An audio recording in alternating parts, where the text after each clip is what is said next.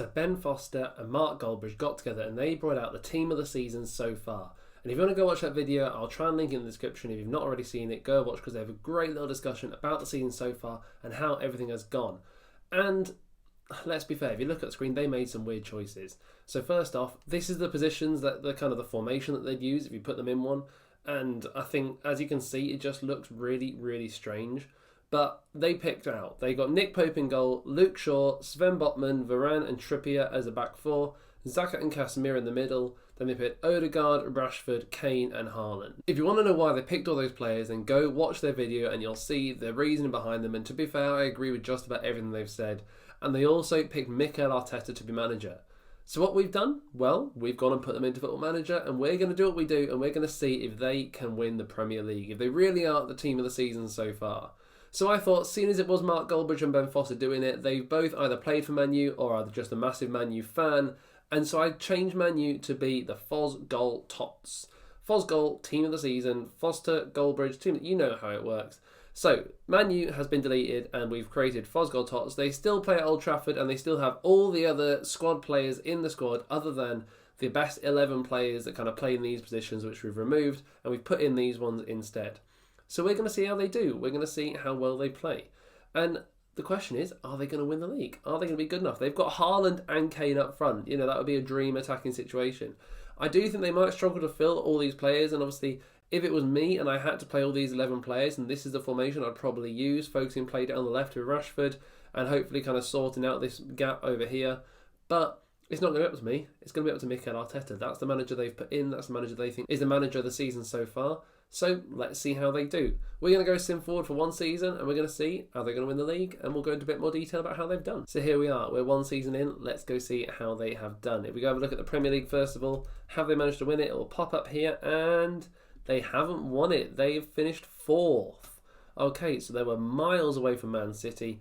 Even without Haaland, 25 points still off Man City. They've still managed to win the league without Haaland. I mean, as they've done the last 2-3 seasons anyway, so it kind of makes sense. But Haaland still had a great season. Only scored 20 goals, but did finish top goal scorer. Obviously, for Man City, he normally scores a lot more goals in the Premier League than that. So maybe they've not quite played him as much, or maybe he's not quite played in the normal position he would have done.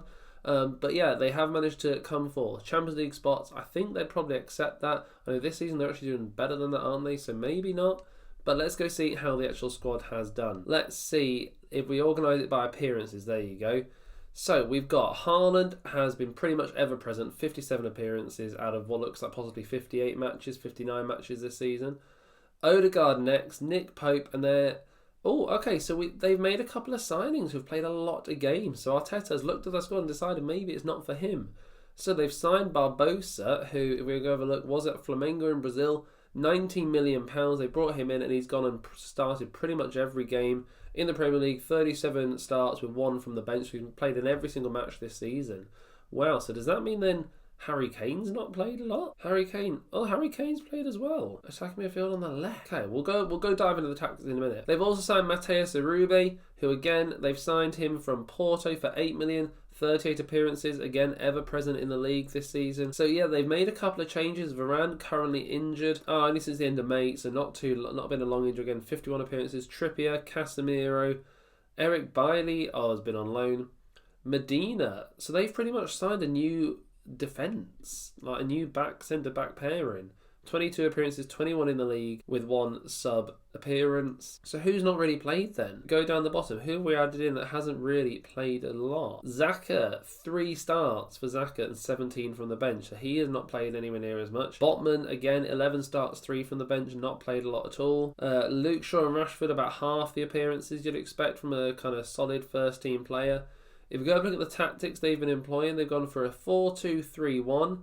So they've had McTominay at centre-back, Medina at centre-back with him, Uribe in the middle, Odegaard attacking mid, Barbosa's been on the right, Haaland's been up front with Harry Kane on the left. Can we go have a look? So Harry Kane has made 36 appearances as an attacking midfield left on the wing.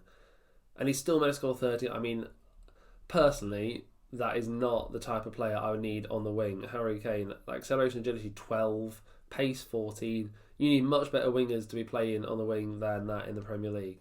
But maybe Arteta knows best. Maybe that's what we need. They're the ones with the most appearances. Goals-wise, as you expect, Haaland has managed to score 34 goals in all competitions. Barbosa next with 19, Harry Kane with 14, Rashford and Odegaard 12 and 10 each. And then obviously it drops right down to Pellistri with 4. So spread of goals is pretty decent. Haaland, as you expect, with the most goals. Not too bad though. And then assists, Trippier with 12, Odegaard with 11, Kane with 11, Barbosa with 9. Yep, you'd expect that. Your attacking midfielders and Trippier with the crosses, corners, that type of thing, free kicks. Again, all pretty expected. I am quite surprised they've only finished 4th, to be fair. I thought they'd definitely be fighting with City for the league this season. I didn't think they'd be that far back either. I think that's quite a long way. We go have a look at the competitions and see how they've done there. So they won all their friendlies, then let's go down through and see you've got Europa League group stages. They look like they've done pretty well there. They've done well in the cup competitions, winning there. Winning against Wednesday and Chelsea there, FA Cup and Carabao Cup. Oh, they did get to the Carabao Cup semi-final. So they played Ipswich in the semi-final and smashed them over both legs. But then lost the final to Arsenal there. So they actually lost the cup final to Arsenal 2-1, Jesus scoring both goals. Wow, okay, so Haaland managing to score early on, but then came back, and then no goals after the 17th, even with a missed penalty, and what a final that must have been. You can see there, so Harry Kane didn't actually play that one, Rashford was on the wing for this one, Haaland up front, and then you've got that Medina and Uribe, their signings in the middle there for centre-backs. So they managed to lose the final of the League Cup. Did they get to the final of the FA Cup? We go have a look. FA Cup 4. Oh no, they lost in the 4th round to Sheffield United out. Not a good result there. Barbosa scoring, but again, not a great performance from the team. So they haven't done very well in the FA Cup. They did seem to do quite well in the Europa League though. They did manage to get to where they got out the group. Then we keep on going down. They've got to the round quarter-finals here. They won on penalties against Arsenal again, so a bit of revenge there for the League Cup. Roma, they lost the first leg of the semi-final, but then won the second leg 2-0, so went through. And then, okay, so they won the Europa League against Marseille. Man U fans, stick it in the comments down below. Would you take that as a result? Coming 4th in the Premier League, but winning the Europa League. Would you accept that for this season? So, Barbosa and Haaland scoring, and then Payet getting a goal for Marseille. But they managed to hold on and win the Europa League final. That does make me feel like it's a bit of a better season, you know. Winning the Europa League, coming 4th, I think most Man U fans at the start of the season would probably have taken that. I'm not sure whether they still would now with how well they're doing, but I think they would have done at the start. So fair play to them. Let's go have a look at the transfers, see if we can spot anything else. If we go sort them by date, so all the signings obviously pre the game, then they signed Barbosa, Uribe, Medina, Vinagre from Teleres. Obviously one for the future, I guess, 22 years old, and then one called Hagen. Hasn't really made much of an impact yet, but might be one for the future. Transfers out, have they sold anyone in particular? Ode Wan-Bissaka's gone on loan to Barcelona. Interesting. Phil Jones has gone on a free. Twenzibi went on a loan.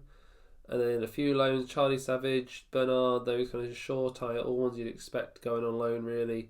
Eric Bailey going on into Marseille, I think he has got a transfer agreed there now. Nothing major going on there. So there you go. Let me know if you think that was a success. I think that's not bad. And if you want to see this continuing, we'll go another season and see how they do in the second season. Can they get themselves up and win the Premier League with Arteta in charge? I will stick a poll on the community page as well. You can vote on that, and if you want to vote and continue the season on, then get voting and we'll get it sorted there. So thank you very much for watching this, guys, and I'll see you very soon.